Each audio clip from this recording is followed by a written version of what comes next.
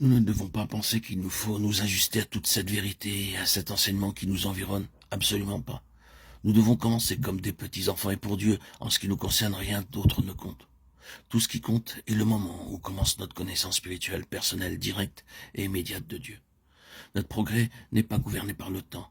La question de la croissance spirituelle n'est pas régie par le temps. C'est la délivrance de nous-mêmes en Christ qui gouverne. La chose qui nous retient est une sorte d'activité en lien avec l'ancienne création. Si seulement nous pouvions voir la démarcation nette de la mort de Christ entre nous, ce que nous sommes par nature, et lui, alors nous connaîtrions le chemin de la croissance spirituelle, qui n'est absolument pas une question de temps.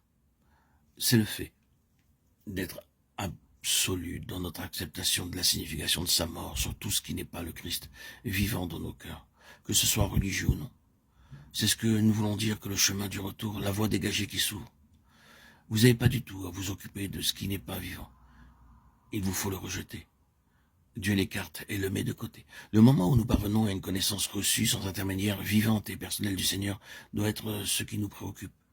Et qu'à partir de là, nous ne venions pas avec l'ancienne création créant des difficultés au Seigneur en disant « Oui, mais Seigneur, nous ne devons pas avoir des tas de « mais » avec le Seigneur, mais un chemin clair d'obéissance de la foi, sans aucune décomplication liée à notre raisonnement ou nos aspirations ou nos refus, nos préférences et nos aversions, nos intentions de faire et de ne pas faire. Nous avons besoin d'une réponse nette, prompte et sérieuse à Dieu, et le progrès peut être très rapide.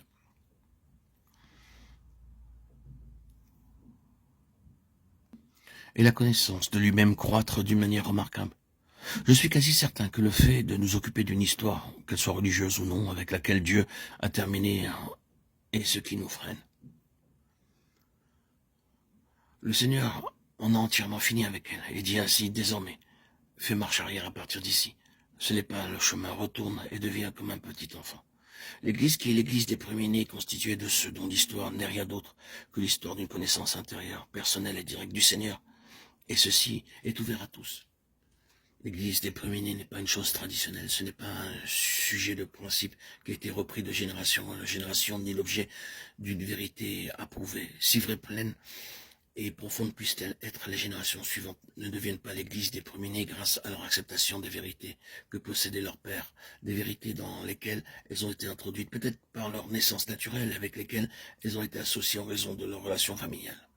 L'Église des premiers-nés n'est pas cela. L'Église des premiers-nés, c'est celle qui est parvenue à une histoire personnelle et directe avec Dieu, et tout le reste ne compte pas.